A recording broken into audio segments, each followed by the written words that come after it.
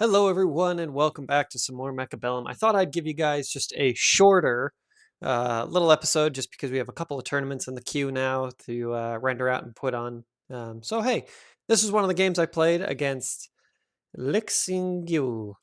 It was one of the more interesting ones. I really had a tough choice here. I have already played this game. I'm just recording it, so I already know kind of what's going to happen throughout the game, but I just thought it would be interesting to discuss talk a little bit about my point of view and why I went with some of the units I went with.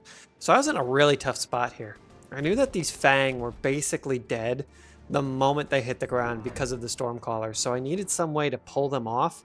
So I decided to grab a couple units of Crawlers here, and I positioned my Fang in such a way that I was hoping that they wouldn't be bombarded all at once in the center of the unit by the Stormcallers, which is exactly what happened. That's why I'm able to actually pull some of my units and keep shooting.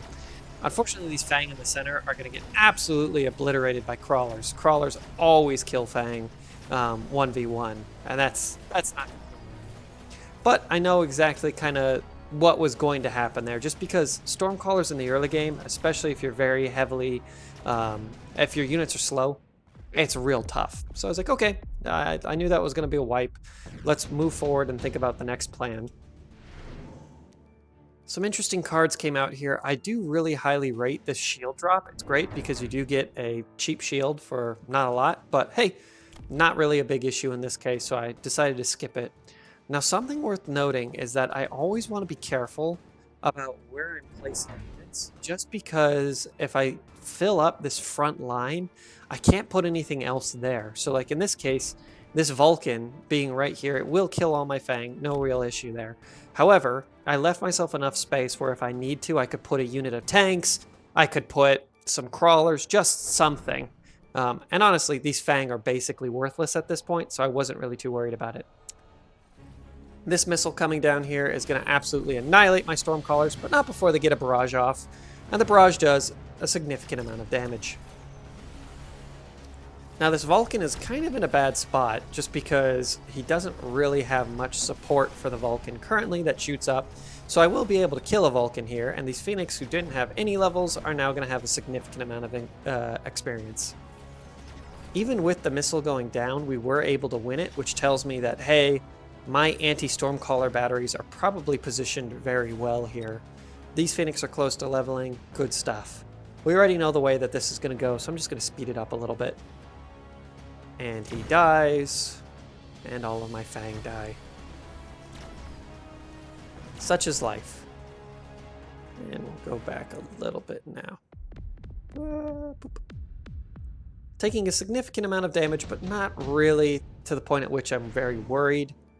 Now, I do highly rate the Deployment Specialist. I think it's one of the best cards in the game. Just being able to pop down 3 units really does help you get a lot of what you need done. Now, I was a Rhino Specialist in this game, so having that space there is phenomenal. It just means that my Rhinos will be the ones soaking up all of this damage. That's why I leave myself space. Just so that way, if I need to, my guys can live. And live they shall. Here's another missile on his side. It's actually going to clip my Rhino here, which I'm very happy about. Just because the Rhino has a ton of HP, it will be able just to get punched a ton by the Vulcan.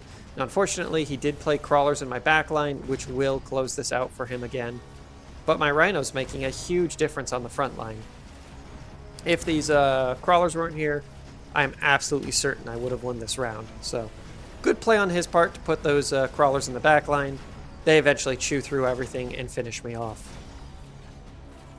Phoenix are doing alright, some damage. I think they'll even get this Vulcan again, which does give them the level. Hooray!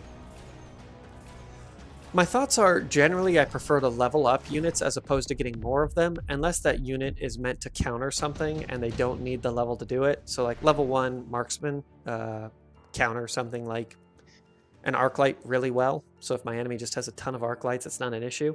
I see the Giant Hunter, and I want it. That's at least 2 extra, 100 extra a turn, as long as I kill the Giants. I'm a little nervous about my back line.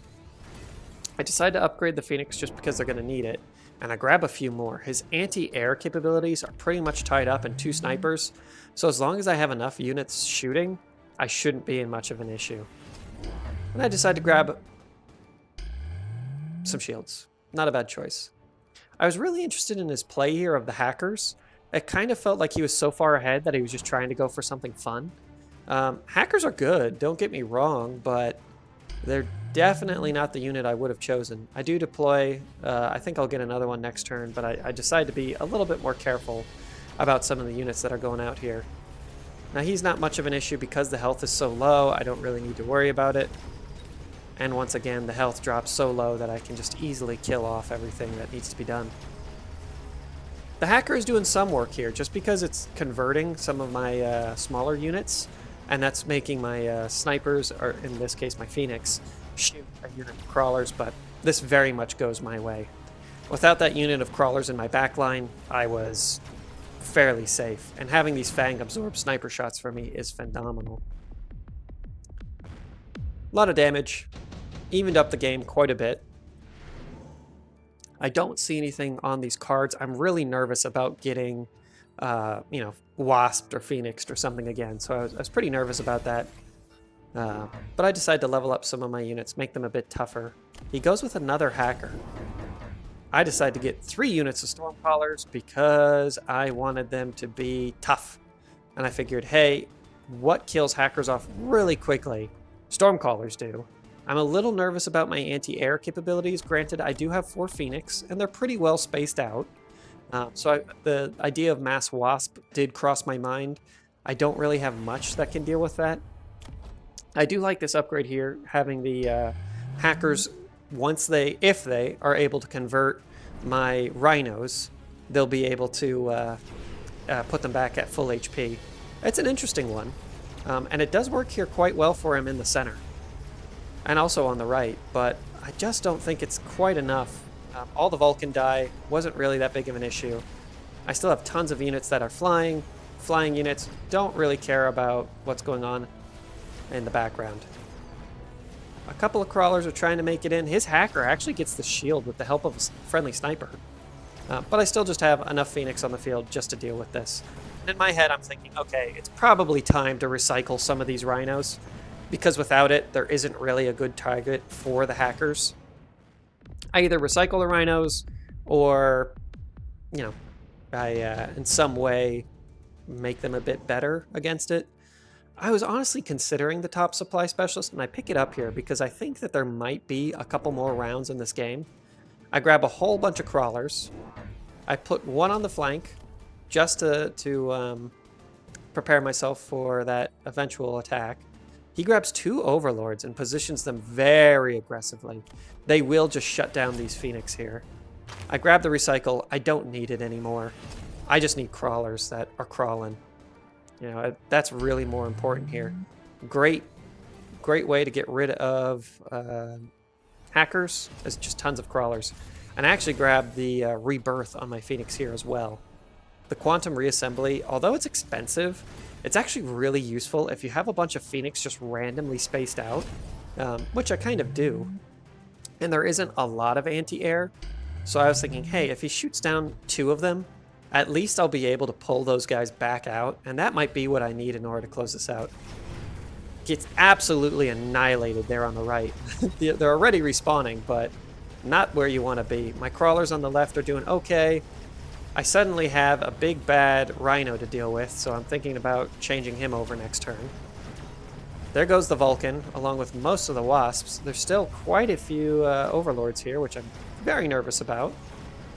But all my Phoenix are respawning. And I have a ton of crawlers on the left, so I feel very strong.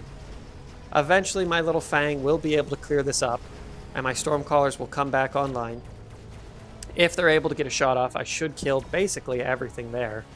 But I have just so many units coming in on the back line, I'm not worried about it whatsoever. Very interesting choice here to go with these overlords. I thought it was great, but, probably not enough to cinch out the game.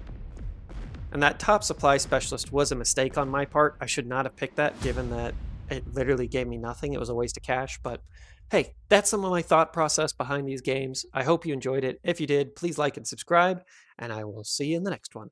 Probably a tournament. Bye.